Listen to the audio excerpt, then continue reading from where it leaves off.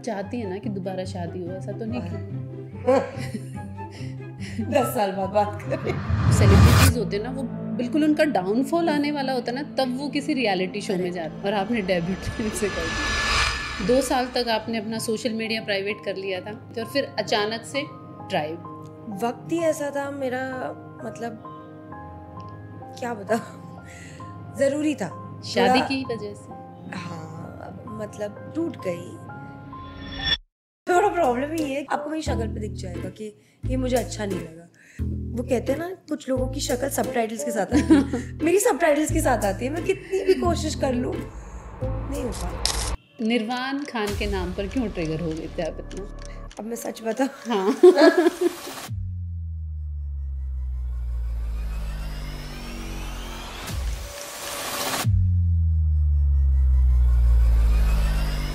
Stories beyond frames के आज के एपिसोड में हमारे साथ हैं अल्फिया जाफरी, जिन्होंने अपना डेब्यू किया है अमेज़न प्राइम के एक शो द ट्राइब से, और अपना पहला पॉडकास्ट डेब्यू वो कर रही हैं हमारे साथ। सो वेलकम अल्फिया, कैसी हैं आप? मैं ठीक हूँ, thank you for having me. आपका नाम बड़ा प्यारा है, इसका मतलब क्या है? तो मैंने शो पे भी बताया है, जिन लोगों को नहीं पता, मेरे जो फादर है रूमी जाफरी, वो राइटर एंड डायरेक्टर है। और उनकी सारी पिक्चरें जो मेन हिट्स है वो नंबर 1 है। बीवी नंबर 1, जोड़ी नंबर 1, कूली नंबर 1। तो नंबर 1 का एक वो था, और उन्होंने मेरा नाम भी अल्फिया इसलिए रखा क्योंकि उसका मतलब है नंबर 1। नंबर 1। भोपाल में आप आए हैं, तो भोपाल फ्रिक्वेंटली आते जाते रहते हैं? हाँ, मेरा तो दूसरा घर है, मेरा ददियाल है। मतलब दादी, मेरे सारे चाचू चाची, भाई बहन सारे यहाँ ही रहते हैं, तो मेरा काफ़ी आना जाना रहता है। आपके दादाजी शायर हैं, जी। आपके पापा राइटर हैं, तो मैंने उनकी उम्मीदों को तोड़ दिया है क्योंकि मुझसे नहीं हुआ। नहीं लिखा गया। मतलब मेरे वन लाइनर और मेरा कॉमिक टाइमिंग अच्छा है, वो मेरी जीन्स में है, पर उसके अलावा आता नहीं है। क्यों झूठ बोलूं कि नहीं, कोशिश हो ही नहीं पाया, मैं उतनी टैलेंटेड नहीं थी।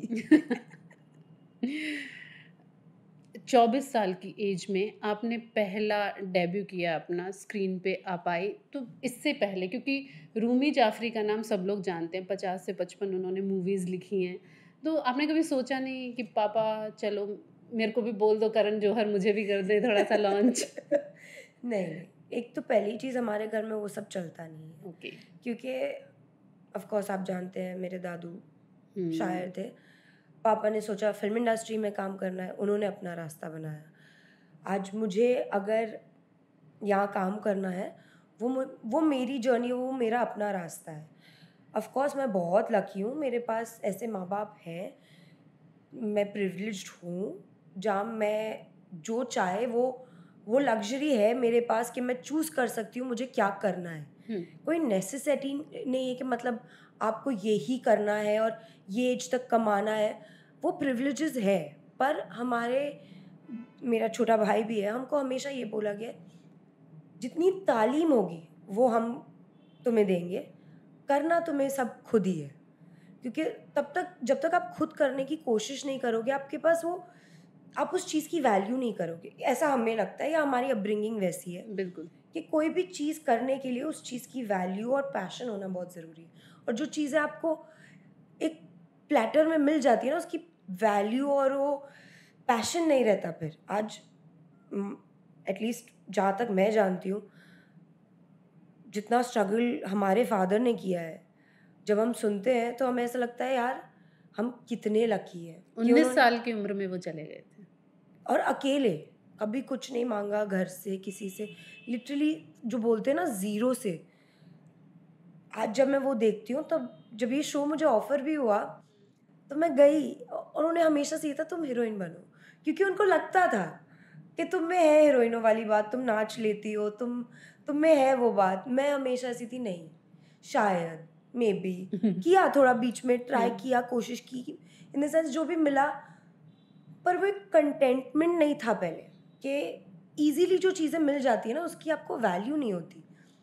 फिर ये जब शो आया ऐसे वक्त पे, जब मुझे समझ नहीं आ रहा था कि क्या करना चाहिए क्या नहीं, मैं ऑलमोस्ट 1.5 साल घर से नहीं निकली थी उस वक्त पे।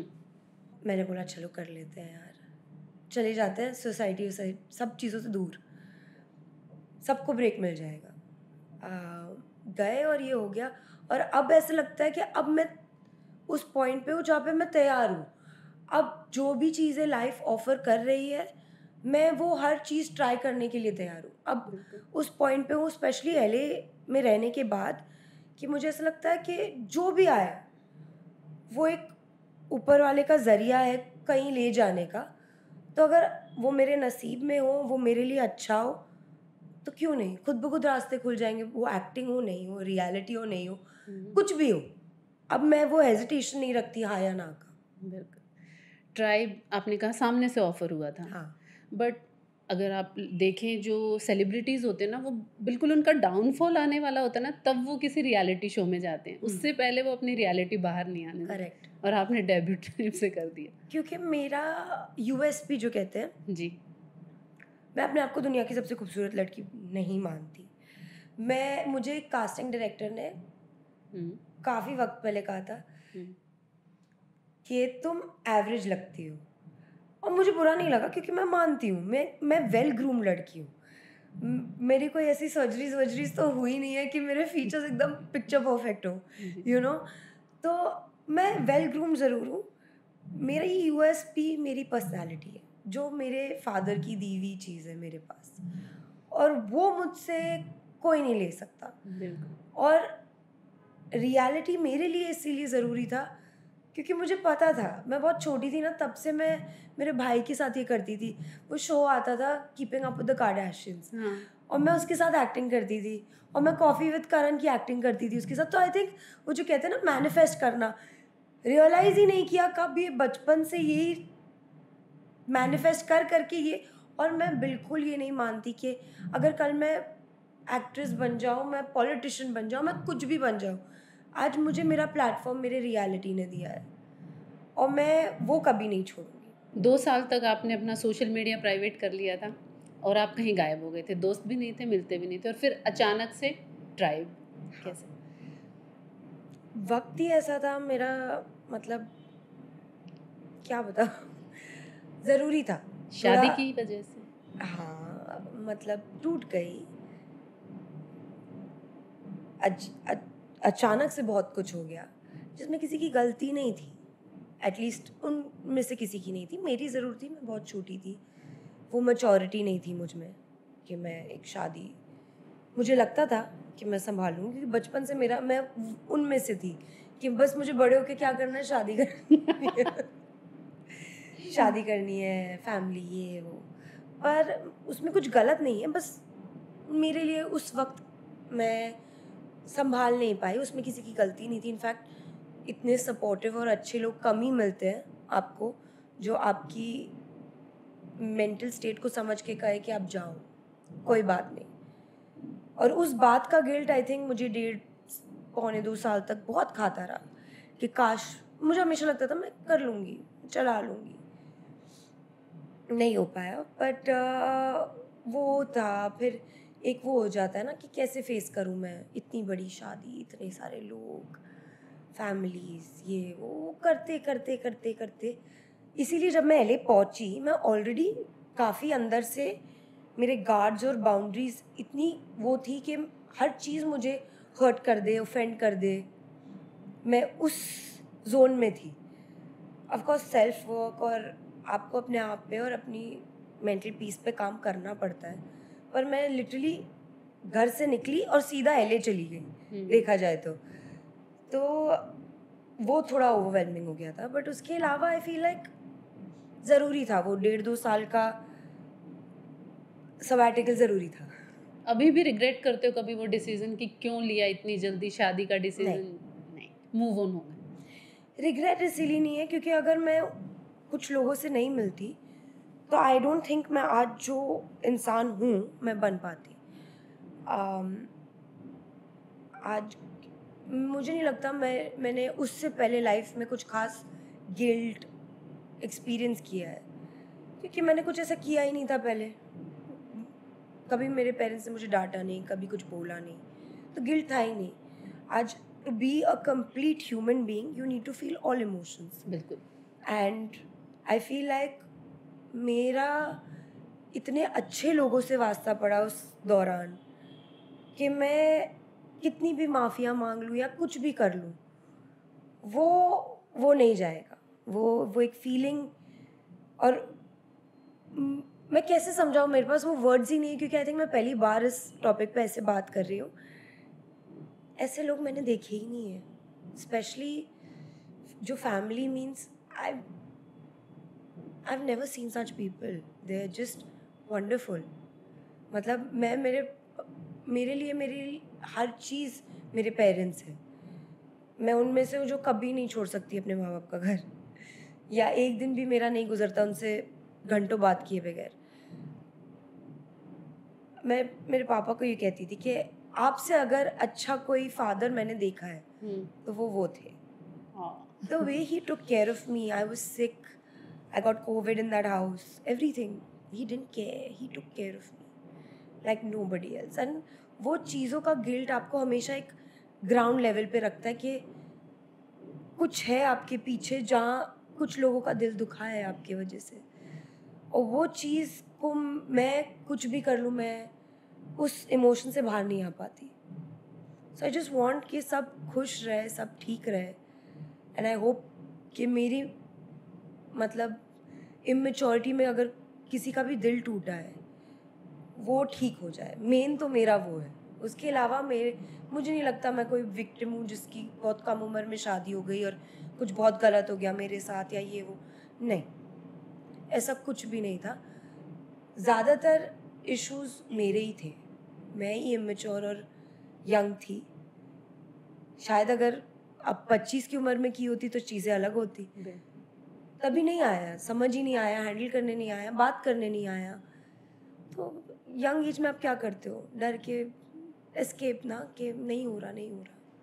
तो अपने घर वालों को जब बताया तो कुछ वक्त लेकर बताया कि तुरंत जब फील होने लगा कि यार नहीं हो पा रहा है और बता दूं? मुझसे एक्चुअली वो गलती ज़रूर हुई, मैंने डिस्कस ही नहीं किया किसी से कुछ। मैंने एक दिन बस फ़ोन किया और बोला मुझे वापस आना है, बस। और इनका कैसा रिएक्शन था फिर? ऑफ कोर्स मैं उनकी इकलौती बेटी हूँ, उनको लेना देना ही नहीं था मैं सही हूँ या गलत हूँ। उनका ये था, रे बस ख़त्म बात, जो तुम्हें चाहिए। ऑफ कोर्स मेरी माँ टूट गई, आज तक वो रोती है। उनको नहीं फ़र्क पड़ता मैं करियर में कहाँ चली जाऊँ क्या करूँ। उनको ये है कि क्योंकि वो खुद एक वर्कहॉलिक है। मेरी मॉम एक सक्सेसफुल डिज़ाइनर है, वो आज भी शादी के बीच में मार्केट गई है कपड़ों को सर्वे करने, वो रुकती नहीं है। पर उनका ये था कि मैं तुझे खुश एक शादी में देखना चाहती हूँ, क्योंकि मेरा भी बचपन से वही ख्वाब था ना। तो ऐसा नहीं था कि अचानक से उनका ख्वाब उन्होंने हम दोनों का यही था कि मैं बड़ी होंगी और मैं शादी करूँ, मुझे पढ़ाई नहीं करना, मुझे तो शादी करना है, मेरा हमेशा से ये था। बट ऑफ कोर्स उन्होंने हमेशा कहा था करनी है तो तोड़ना मत, वरना मत करो ही मत। पर मैं जिद्दी थी। आपकी नानी का कॉल आया था अभी बीच में, और मैंने उसमें भी देखा सीरीज में भी कि आप अपनी नानी के बहुत क्लोज हैं। इवन LA जाने के लिए भी आपने सबसे पहले नानी को पटाया, फिर उन्होंने बाकियों को। नानी के बगैर तो दिन और रात ही नहीं होती मेरा। लिटरली लोगों को लगता होगा कि इसकी लाइफ, इसके दोस्त, मेरी सुबह शुरू होती है नानी के साथ और रात होती है मम्मी डैडू के साथ। मतलब उसके बीच में जो काम है वो काम है, और अगर एक दो मेरे जो बहुत ही करीबी दोस्त हैं और उनकी फैमिलीज़ हैं वो, वरना मैं बिल्कुल ही डिटैच्ड और दूर रहती हूँ लोगों से अब। तो शायद इसलिए जब आप इमोशनल होती हैं तो खुद को कंट्रोल नहीं कर पाती और एक्सप्रेस कर देती हैं। हाँ, क्योंकि मैं इतनी लकी हूँ कि मेरी लाइफ में भीड़ नहीं है, मैं बहुत गार्डेड हूँ। माँ बाप, 2-3 क्लोज रिश्तेदार, कज़िन्स, दोस्त 1-2, उनकी फैमिलीज़, नानी, तो आप उनके सामने खुल के जीते हो ना। मूड ख़राब है आज तो खुल के मूड ख़राब है ना। आप नहीं सोचते कि रियल लाइफ में आपको एक तरीके से रहना चाहिए, एक तरीके से अपने आप को संभालना चाहिए। नहीं आता था, अब आ गया है थोड़ा थोड़ा, अब सीख रही हूँ। बिल्कुल, जब आप जिस इंडस्ट्री का हिस्सा बनने जा रही हैं, ऑलरेडी बन चुकी हैं, उसमें तो बहुत मुश्किल है इमोशंस के साथ जाना। मेरा प्रॉब्लम है कि मेरी शक्ल पे सब दिख जाता है। मेरी लाइफ का सबसे बड़ा प्रॉब्लम ही है कि मेरी शक्ल पे, मतलब आपने मुझे एक लाइन भी कह दी जो मुझे 19-20 भी लगी, आपको मेरी शक्ल पे दिख जाएगा कि ये मुझे अच्छा नहीं लगा। मैं कोशिश करती हूँ कि मतलब थोड़ा, वो कहते हैं ना कुछ लोगों की शक्ल सबटाइटल्स के साथ आती है, मेरी सबटाइटल्स के साथ आती है। मैं कितनी भी कोशिश कर लूँ नहीं हो पाता है। इवन जब आपकी एंट्री वाला जो सीन है, जब आप अलाना की शायद मैरिज के टाइम पे हाँ। जाते हो, तो दिख रहा है यार ये लड़की अनकंफर्टेबल है बहुत इनके बीच में। मुझे आदत नहीं रही एक्चुअली। क्या है ना, 1.5 साल बाद आप इतने अचानक से सोशल सर्कल में चले जाते हो जहाँ पे ऑलरेडी मैं लोगों को जानती थी, इन द सेंस अलाना का जो भाई है वो और मैं बहुत पुराने दोस्त रह चुके हैं, काफ़ी सारे पुराने दोस्त थे वो पार्टी में बाद में। बट आप 1.5 साल बाद सीधा डिवोर्स के बाद आप पब्लिकली आए हैं, तो एक वो वाली अलग घबराहट थी। उन बेचारों की क्या ही गलती थी, वो भी एक नई लड़की से मिल रहे थे जो उनकी एक बहुत ही अच्छी लाइफ, हार्मनी वाली लाइफ में आके क्या करने वाली थी। कोई भी नया इंसान जब आपकी एक फैमिली में घुसता है तो केओस और स्ट्रेस रहता ही है। तो मुझे नहीं लगता कि उनकी भी कोई उतनी बड़ी वो थी कि वो मुझे ऐसे कर रहे थे, पर ये था कि दोनों तरफ से एक वो घबराहट थी जो ना उनकी गलती थी ना मेरी थी। उनको ये नहीं समझ आ रहा था कि क्या बोले, मुझे ये नहीं समझ आ रहा था कि मैं कर क्या रही हूँ, ये मैं क्या कर रही हूँ 1.5 साल बाद। बस यही था। तो ये सीरीज जरा सा भी स्क्रिप्टेड नहीं है, जो नहीं, आपके इमोशंस थे, जो आप कर आप ही रहे देख लो, थे। स्क्रिप्टेड होता तो मैं ये हरकतें करती? बिल्कुल भी नहीं। बट आपके सिवा कोई और नहीं कर रहा है, इसलिए हमें ऐसा लगता है। क्या है ना, सब सब अलग होते हैं। वो लोग बहुत स्ट्रांग है, वो अपनी जिंदगी इंडिपेंडेंटली गुजार चुके हैं। मैं बहुत ही मैं बहुत ही गार्डेड लाइफ से गई हूँ। माँ बाप, भाई, नानी, कजिन्स, फ्रेंड्स, मतलब मुझे लोग छोड़ते नहीं हैं। मैं बहुत लकी हूँ। आज आप देखेंगे, आप पहली बार मुझे लग रहा है देख रहे होंगे कि 25 साल की लड़की के साथ उनके फादर भी आए हैं। मुझे मेरी फैमिली नहीं छोड़ती और मैं बहुत लकी हूँ। मुझे बिल्कुल ये नहीं लगता कि मुझे स्पेस या किसी चीज़ की ज़रूरत है। मैं प्रे करती हूँ कि मुझे कभी भी वो स्पेस ना मिले, क्योंकि मुझे इन चीज़ों की आदत है। तो जब मैं वहाँ गई ना, तो मैंने अब मुझसे गलती ये हुई कि सॉरी, पर मुझे लगा ये मेरे बाप का घर है। मैं जो चाहे कर सकती हूँ, मैं जो मन चाहे कर सकती हूँ, मैं जो चाहे बोल सकती हूँ, जो कि गलत बात है। जब आप रियल वर्ल्ड में, अब मैं रह रही हूँ, 1-1.5 साल हो गया है, रियलाइज़ होता है कि सब आपके हिसाब से नहीं अडेप्ट कर सकते। आपको भी दूसरों को समझना ज़रूरी है। आप किसी और के घर में जाके एक ग्रुप में आप रह रहे हो, आपको ये भी समझना ज़रूरी है कि सबके वेवलेंथ्स क्या है। आप सिर्फ ये नहीं सोच सकते ना कि अरे भाई, पर मेरी लाइफ टफ है, मैं बीमार, मैं डिवोर्सी, तुम सब मुझे समझो। आज वो 1.5 साल पहले मैं अलग थी, क्योंकि मैं बस घर से निकली और मैं LA चली गई। आज 1.5 साल से मैंने भी चीज़ें प्रोसेस की है, मैंने भी समझा है। आज जैसे ऑनलाइन मुझे ये बहुत सुनने में मिलता है कि मैं अपने आप को विक्टिमाइज करती हूँ, और कहीं ना कहीं जब मैं शो देख रही थी ना, मुझे भी कहीं ना कहीं लगा कि मैं इतनी बेचारी भी नहीं हूँ, होंगी भी तो मुझे अच्छा नहीं लगा कि मैं इतनी बेचारी लग रही हूँ। मैं स्ट्रांग हूँ, मैं बहुत स्ट्रांग हूँ, और मैं बहुत लकी हूँ। मैं बाकियों से तो बहुत ज़्यादा लकी हूँ। मेरे पास बहुत स्ट्रांग सपोर्ट सिस्टम है, फैमिली, फ्रेंड्स, सबका। आज ऑफ कोर्स अलाना की शादी हो गई है, उसकी फैमिली है, पर बाकी लड़कियां इतने सालों से वहाँ पे हैं, इतना हार्ड वर्क कर रही हैं, अकेले रह रही हैं। तो अचानक से जाके ये सोचना कि उनको मुझे समझना है, वो भी सही बात नहीं है ना। वो अब जाके जब मैं देखती हूँ तब लगता है कि यार सही नहीं किया, कुछ थोड़ा सेल्फिश हो गया वहाँ। जब आप रो रही थी तो शायद हार्दिक ने भी आकर आपको ये कहा कि आपकी जो रेपुटेशन है सोशल सर्कल में, वो ऐसी है कि आप विक्टिमाइज करती हैं खुद को। हाँ तो वो मुंबई की बात कर रहे थे जो जी, लोग। क्योंकि क्या हुआ ना, जब मैं बड़ी हो रही थी, जी।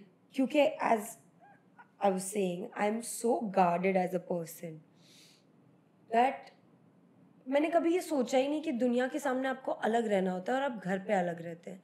तो अगर मुझे कुछ बुरा लगता था तो मैं झट से रो देती थी, सबके सामने रो दूँ, जो मन करे बोल दूँ। जैसे मैंने कहा, मेरी शादी से पहले मैंने बहुत घूमा फिरा, पार्टी की, सब किया। तो लोगों को लगने लगा ये तो हर बात पे रो देती है, ये तो हर बात पे इसको बुरा लग जाता है। जो मैं नहीं कहती सही बात है, उनकी तरफ से या मेरी तरफ से, वो एक बहुत ही ग्रे लाइन है यहाँ, वो ब्लैक एंड वाइट नहीं होती। पर अब जाके समझ आ रहा है कि जो लोग कहते भी थे गलत नहीं थे। सब आपको नहीं समझ सकते, आपकी फैमिली समझेगी, आपके चाहने वाले समझेंगे, बाकियों को। आज मैं किसी को नहीं जानती और वो बस मेरे सामने हर छोटी बात पे रो दे, तो मैं भी बोलूँगी यार ये तो हर बात का मुद्दा बना देती है, ये तो हर बात पे अपने आप को विक्टिमाइज कर देती है। तो मुझे नहीं लगता उसमें किसी और की गलती थी। लोगों को समझने में टाइम लगता है, पर आज के ज़माने में किसके पास टाइम है कि वो आपको समझे और क्यों समझे? आपको अपने आप को संभालना है और कोई नहीं संभाल सकता आपको। मैक्स टू मैक्स आपकी फैमिली, और कौन संभालेगा? क्यों? मैं करूँगी क्या? मतलब ऑफ कोर्स मेरे चाहने वाले हैं, वो बात और है, पर आज मैं अपने बारे में पहले सोचूंगी ना। तो अगर मेरी लाइफ की पॉजिटिव एटमॉस्फेयर में कोई आके रोना धोना करेगा तो मुझे भी लगेगा यार क्या प्रॉब्लम है। तो मैं नहीं ब्लेम करती किसी के भी रिएक्शन को। तो आपको ऐसा नहीं लगता कि यार ये वाली जो मेरी इमेज बन गई है, ऐसा ना हो कोई अगला डायरेक्टर मुझे साइन करने से पहले ये सोच रहा हो कि यार इसको ज़रा सा भी अगर मैंने डांट दिया सीन समझाते हुए, ये तो रो देगी। मैं सच बोलूं तो मुझे मुझे नहीं लगता, पर मेरी फैमिली को ज़रूर लगता है कि मतलब मत तुम इतनी वीक लगोगी तो तुम इतनी वीक हो नहीं, तुम बहुत स्ट्रांग हो, तुम इमोशनल हो। तुम्हारी इमोशनल वाल्नरेबिलिटी को लोग वीकनेस समझने लगेंगे। बिल्कुल। पर मुझे ऐसा लगता है काम मुझे मेरे हार्डवर्क और हुनर से मिलना चाहिए। मैं कितना रोती हूँ या कितना हंसती हूँ उससे किसी को फ़र्क नहीं पड़ना चाहिए, ऐसे मुझे लगता है। आज अगर मैं ज़्यादा हंसती हूँ तो लोग ये बोलेंगे क्या कि इसको काम देना चाहिए क्या, ये बहुत हंसती है? नहीं ना। तो अगर ये ज़्यादा रोती है तो हाँ, एज लॉन्ग एज मेरा रोना आपकी लाइफ की हार्मनी को अफेक्ट नहीं करे, मुझे नहीं लगता किसी को फ़र्क पड़ना चाहिए काम देने से पहले। काम आप मुझे मेरे टैलेंट पे दो अगर आपको लगता है मुझ में है, या मेरी शक्ल पे दो, या मेरे कोई भी चीज़ पे दो, जो चीज़ आप ढूंढ रहे हैं। पर क्योंकि मैं इमोशनल हूँ, या मुझे डिप्रेशन है, या मैं रो देती हूँ, या मेरी हेल्थ 19-20 है, इससे अगर आप मुझे काम देने से पहले सोचते हैं तो वो that speaks volumes about you, बिल्कुल। Not me. वो आपके बारे में बहुत कुछ कहता है कि अगर मैं कह दूँ अरे इसकी तो हड्डी टूटी है, मैं इसको काम पे नहीं रख सकती, वो मेरा प्रॉब्लम है, वो उसका नहीं है। उसकी हड्डी ठीक हो जाएगी या नहीं भी होगी, वो ये दिखाता है कि मैं कॉम्पिटेंट नहीं हूँ कि मैं किसी और पे भरोसा कर सकूँ। तो मुझे नहीं लगता कि वो कभी भी मुझे बॉदर करेगा।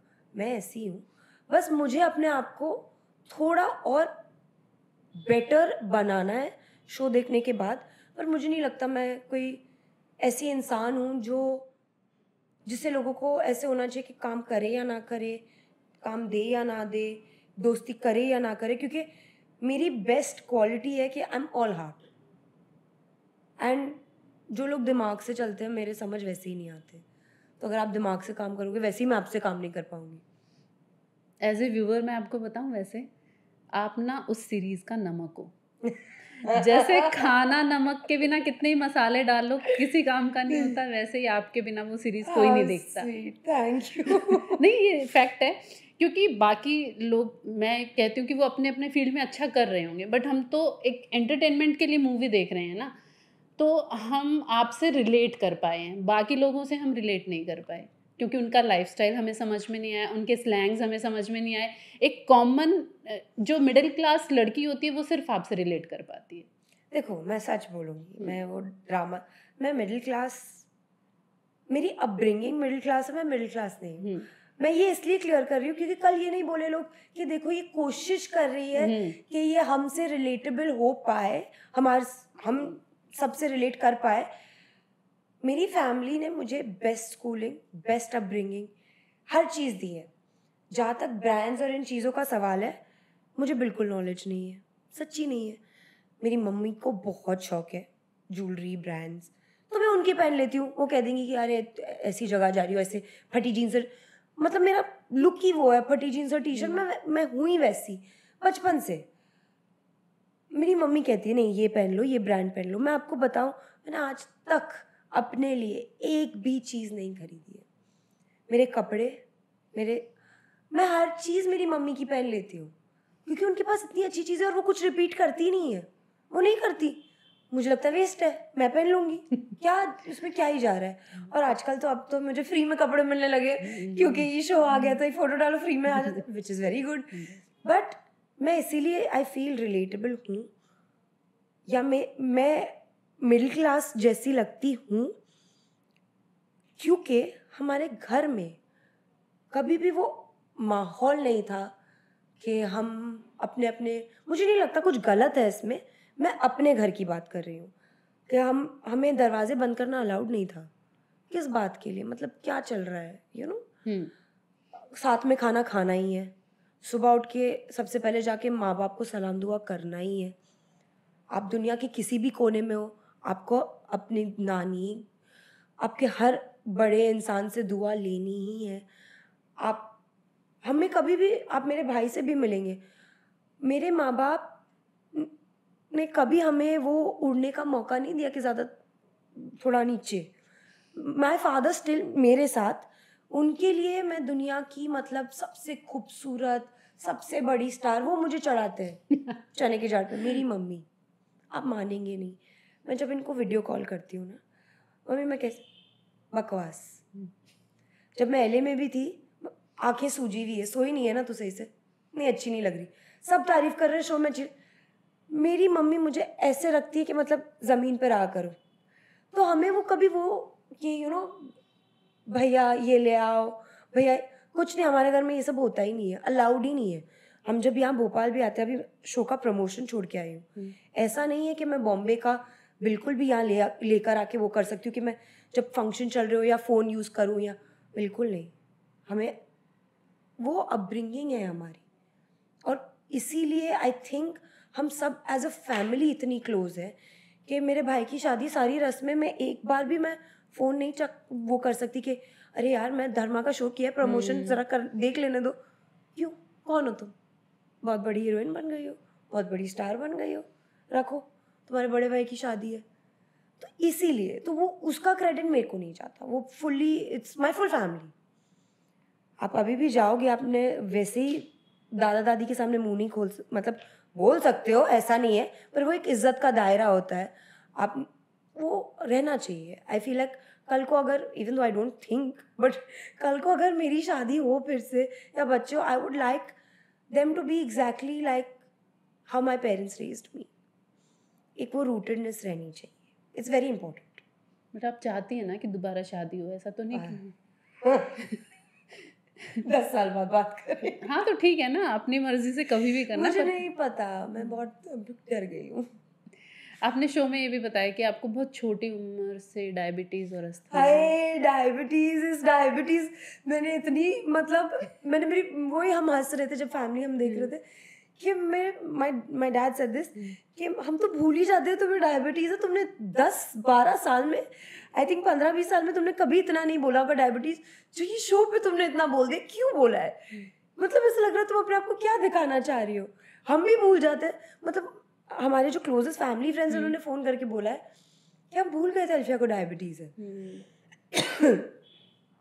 तो ये हो गया था कि मैं इसीलिए बार बार बोल रही थी, जो आज मैं क्लैरिफाई करना चाहती हूँ, not because I wanted to say कि मैं कोई बीमार या विक्टिम हूँ। हम तो इनफैक्ट ऐसी इंडस्ट्री से आते हैं जहाँ पे लोग बताते ही नहीं है कि वो बीमार है, पर मेरा ये फ़र्ज़ बनता है कि अगर 5 लड़कियों ने जिम्मेदारी उठाई है एक नई लड़की की, उन्हें पता होना चाहिए कि कुछ अगर 19-20 हो तो रीजनिंग क्या है।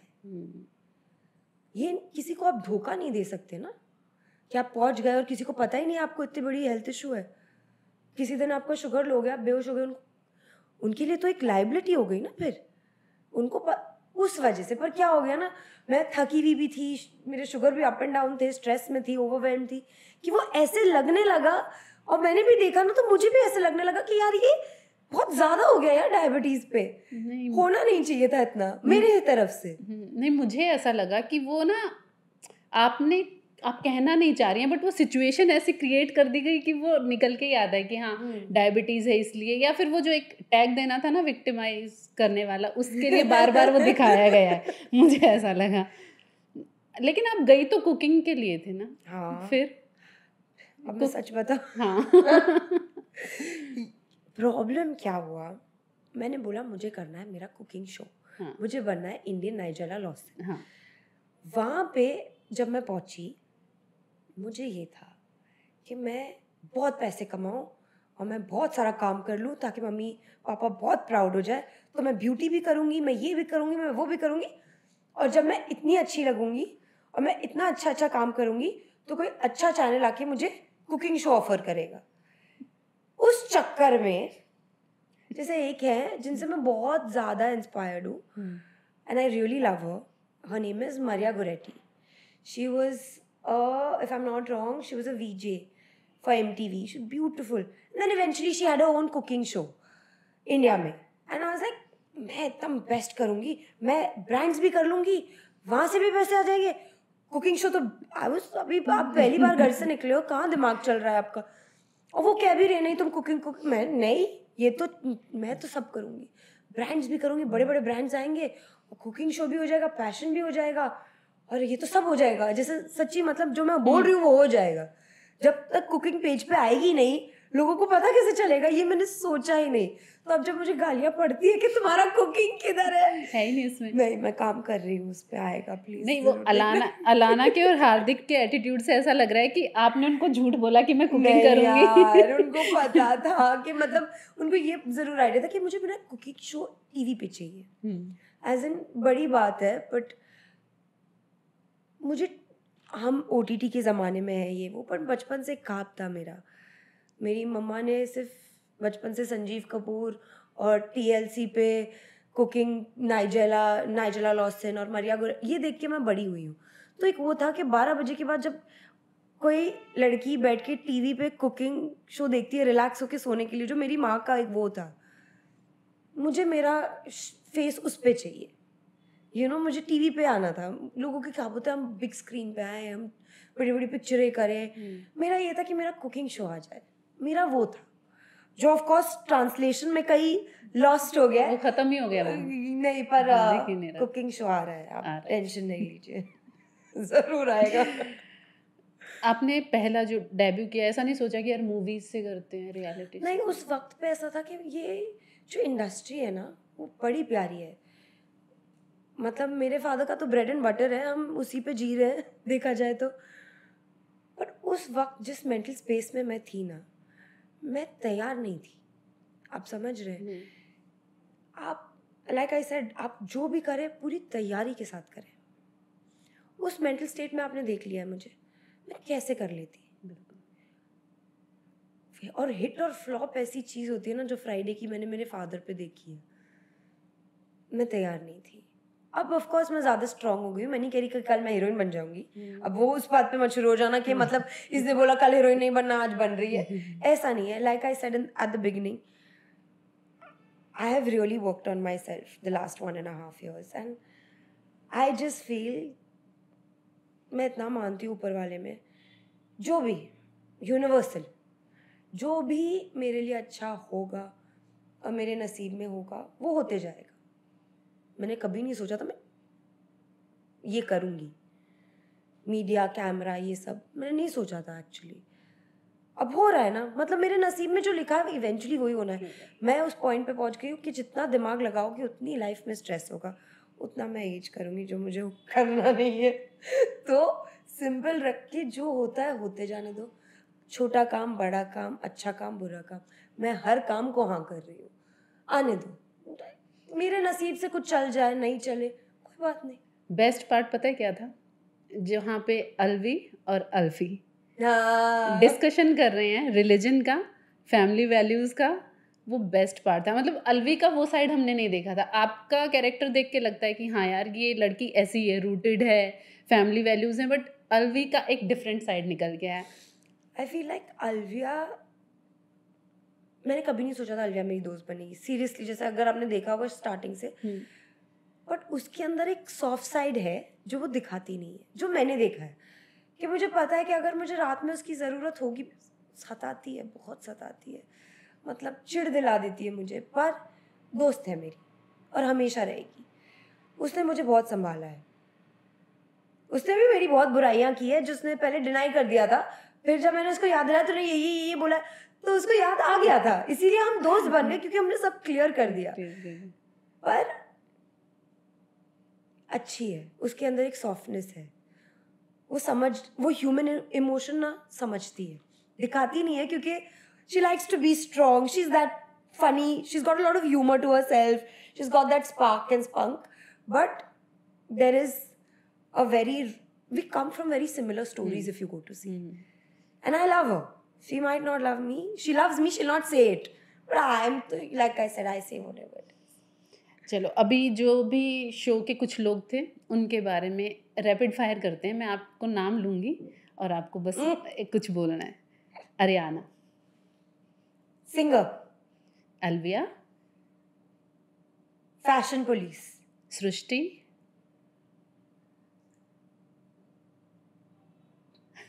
cutie but doesn't realize what she says, Hardik Javeri, cartoon, Karan Johar, boss. अभी आपका एक कोलैब देखा था Rakhi Sawant. I am the biggest Rakhi Sawant fan. I will say this loud and clear. I had a fan moment that day. I've met everybody with my dad, but Rakhi is she's too good. There's only one Rakhi Sawant. एक last question, निर्वाण खान के नाम पर क्यों trigger हो गए थे आप इतना? मेरा सबसे अच्छा दोस्त था है भाई, मतलब अब नया नया डिवोर्स हुआ है, उसका नाम वैसे ही हमारा हर जगह साथ लिंक होता है, मतलब अगर कुछ होने की गुंजाइश भी होगी तो कभी नहीं होगा, और नहीं भी होगा तो लोगों को लगेगा है। आप समझ रहे हैं, मतलब दोस्ती खराब हो जाती है। वैसे ही मैंने बहुत दोस्त खोए हैं ये डिवोर्स के बाद, क्योंकि फैमिलीज अफेक्ट हो जाती है। एक डिवोर्सी के साथ लिंक होना आसान नहीं है। बिल्कुल। और हमारी दोस्ती नॉर्मल दोस्ती नहीं है, हम लिटरली साथ बड़े हुए हैं, हमारे फादर्स दोस्त हैं। आप जानते हैं मेरे फादर का उस फैमिली के साथ क्या एसोसिएशन है। दोस्तियां नहीं खोना चाहती। ऑफ कोर्स ये शो आने के बाद ऑलरेडी रेपरकशंस झेल रहे हैं हम, आसान नहीं है। तो आप यहाँ पे सारे क्लियर कर दीजिए रूमर्स जो भी हैं। हम दोस्त है भाई, और अगर कुछ होने वाला होगा भी तो नहीं होगा, क्योंकि हमारी दोस्ती टूट जाएगी ऐसे, और नहीं होगा, ऐसे नहीं होता। और अभी मेरा सिर्फ फोकस काम है। लाइक आई सेड, मैं इन चीज़ों में बिलीव नहीं करती हूँ। मेरा फोकस सिर्फ काम है, और लाइक आई सेड, जो मेरे नसीब में होगा होता जाएगा। Thank you so much and all the best. अगले जितने भी प्रोजेक्ट आ रहे हैं उनके लिए भी और द ट्राइब के लिए। Thank you.